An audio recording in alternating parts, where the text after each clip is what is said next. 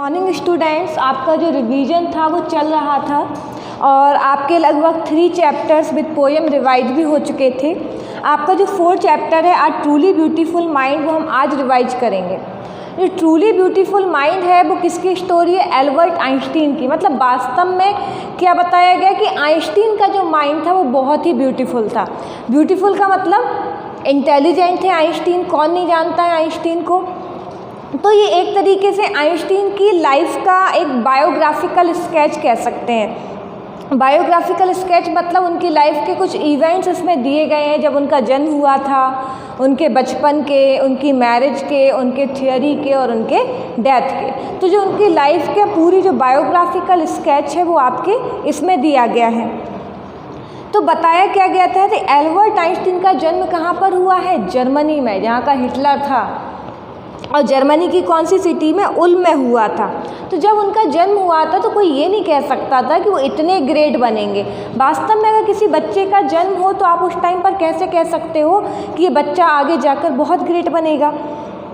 तो लेकिन उनकी मदर को क्या लगता था? वो थोड़े फ्रीक हैं। फ्रीक का मतलब क्या होता है?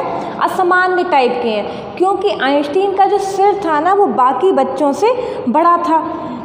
तो आइंस्टीन के जो हेड मास्टर हैं, आइंस्टीन का जो विकास होता है वो पहले उतना अच्छे से नहीं हुआ। जब ये 2.5 साल के हो गए थे तो ये बात भी नहीं कर पाते थे, और जब उन्होंने बात करना सीख भी लिया 2.5 साल के बाद तो क्या होता था, हर एक वर्ड को वो कैसे बोलते थे? 2 बार रिपीट कर करके। आइंस्टीन को ये नहीं पता था कि क्या किया जाए, तो बात खेलने में क्या किया जाए। तो उनके जो प्लेमेट्स हैं, उनके साथी हैं और जो स्कूल में फ्रेंड्स हैं, वो उनको क्या कहते थे? ब्रदर बोरिंग, मतलब ये बोरिंग है। लेकिन क्या बचपन से ही इन्हें मशीनिकल टॉय खेलने का बहुत शौक़ था, जो मशीनिकल हों। आज भी नहीं, कुछ बच्चों को गाड़ी का, इलेक्ट्रॉनिक चीज़ों का बहुत शौक़ था। ऐसे ही आइंस्टीन को बचपन से क्या मशीनिकल टॉय से खेलने का बहुत ज़्यादा शौक़ था। जब इनकी बहन हुई थी माया, तो इन्होंने क्या कहा था कि बाकी सब तो ठीक है लेकिन इसके पहिए कहाँ हैं? क्योंकि उनको हर चीज़ कैसी नज़र आती थी? मशीनिकल। अब तो ये बचपन की बात हो गई, बहुत छोटे थे।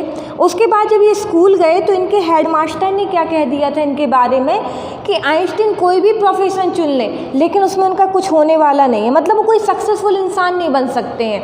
तो क्या शुरुआत में वो स्टडी में ठीक एवरेज स्टूडेंट रहे हैं। उसके बाद क्या हुआ कि आइंस्टीन ने वायलिन बजाना स्टार्ट कर दिया था 6 ईयर्स से, क्योंकि इनकी मदर को बहुत शौक़ था कि आइंस्टीन वायलिन बजाएं, और लाइफ टाइम उन्होंने उस शौक़ को कंटिन्यू रखा। बाद में आइंस्टीन के हेडमास्टर ने भले ही ये कह दिया था कि जब वो हाई स्कूल में थे कि वो कोई भी स्ट्रीम ले ले, लेकिन जब वो 15 साल के हुए तो वो इतने बेकार भी नहीं थे। हाई स्कूल में वो म्यूनिच गए। म्यूनिच में वहाँ पर वो उन्हें हर एक सब्जेक्ट में अच्छे मार्क्स मिले। लेकिन क्या आइंस्टीन जो थे ना, उन्हें स्कूल का रेजिमेंटेशन पसंद नहीं आता था, तो ज़्यादातर उनके टीचर से झगड़े होने लगते थे, उनके क्लास के जो बच्चे थे उनसे झगड़े होने लगते थे।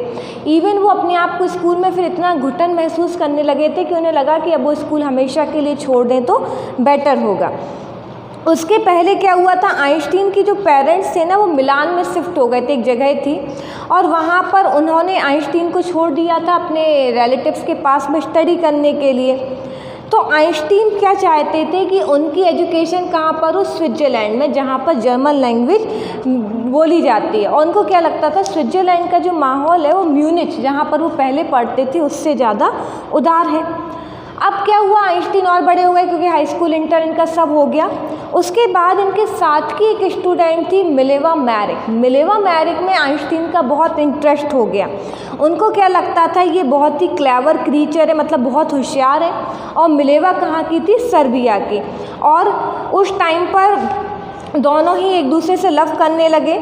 लेकिन क्या होता है कि वो मैरिज करना चाहते थे, लेकिन आइंस्टीन की मदर उस मैरिज के अगेंस्ट में थी, क्योंकि उन्हें लगता था कि जो मिलेवा है वो बहुत ही ज़्यादा इंटेलिजेंट है। और कुछ टाइम तक तो आइंस्टीन की फैमिली एग्री नहीं होती है, लेकिन बाद में वो लोग एग्री हो जाते हैं, मैरिज हो जाती है। और यहीं से उन्होंने फार्मूला दिया था E=mc² का, जो बहुत ही पॉपुलर है। E आया था आइंस्टीन के लिए और mc आया था मिलेवा मैरिक के लिए। तो यही फार्मूला आया था। लेकिन बाद में क्या, जैसे उनकी मदर के प्रिडिक्शंस थे, तो आइंस्टीन की धीरे धीरे मिलेवा से ट्यूनिंग ख़राब हो गई, और बाद में बहुत साल के क्लैश के बाद दोनों ने डिवोर्स भी ले लिया।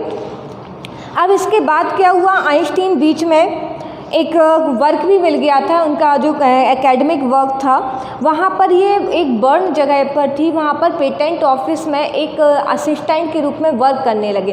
तो वैसे तो असिस्टेंट के रूप में वर्क कर रहे थे, दूसरों को उनके इन्वेंशन में हेल्प कर रहे थे, लेकिन रियल में वो अंदर ही अंदर ड्रॉयर में अपने खुद के इन्वेंशन बना रहे थे।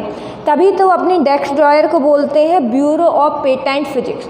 मतलब वो ब्यूरो ऑफ पेटेंट फिजिक्स क्यों बोलते हैं, क्योंकि वहाँ पर उन ब्यूरो ऑफ थ्योरेटिकल फिजिक्स, क्योंकि उसमें उनके इन्वेंशंस चल रहे थे। अब यहाँ पे इनकी पर्सनल लाइफ बेकार हो चुकी थी, इन्होंने डिवोर्स ले लिया था अपनी वाइफ से और बाद में उन्होंने अपनी एक कजिन से मैरिज कर ली थी।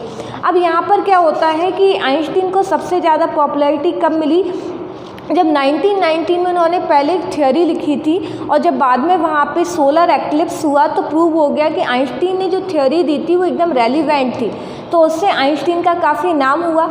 आइंस्टीन जो थे वो कॉस्मोपॉलिटन थे, कॉस्मोपॉलिटन जो पूरे वर्ल्ड को लव करते थे। वो बहुत ही अगेंस्ट में थे कि जो एटम बम बनाए जा रहे हैं, अमेरिका और जापान डेवलप कर रहा है, अमेरिका डेवलप कर रहा है। तो उन्होंने वहाँ के राष्ट्रपति को, फ्रैंकलिन रूजवेल्ट थे, उन्होंने लेटर भी लिखा। उन्होंने कहा अगर इस टाइप का कोई भी बम एक्सप्लोड हो जाएगा तो पूरी टेरिटरी नष्ट हो जाएगी। और होता क्या है, हिरोशिमा नागासाकी पर आपको पता है बम एक्सप्लोड होता है और सब कुछ नष्ट हो जाता है। तो आइंस्टीन ने इसके बाद कहा एक वर्ल्ड गवर्नमेंट बनाई जाए और वो वर्ल्ड गवर्नमेंट बनी। आइंस्टीन को एक गुड सिटीजन का भी अवार्ड मिला, क्योंकि वो एक ना केवल अच्छे साइंटिस्ट थे बल्कि वो कॉस्मोपॉलिटन थे जो मानवता की भलाई के लिए लड़ रहे थे। तो ये आपका चैप्टर कंप्लीट हो गया है और इसके भी क्वेश्चन आंसर किस तरीके के आ सकते हैं कि आइंस्टीन किस किस कंट्री से बिलोंग करते थे, तो जस्ट लाइक जर्मनी से बिलोंग करते थे। What was the name of Einstein's wife Mileva Maric and which theory Einstein gave, कौन सी थ्योरी दी थी, थ्योरी ऑफ रिलेटिविटी। ये आ सकता है what is the formula of theory of relativity, so it is E=mc² and there can be other question also, to whom Einstein wrote a letter to, he wrote a letter to Franklin Roosevelt। Answer क्या है, Franklin Roosevelt को लिखा था। For what reason he wrote the letter?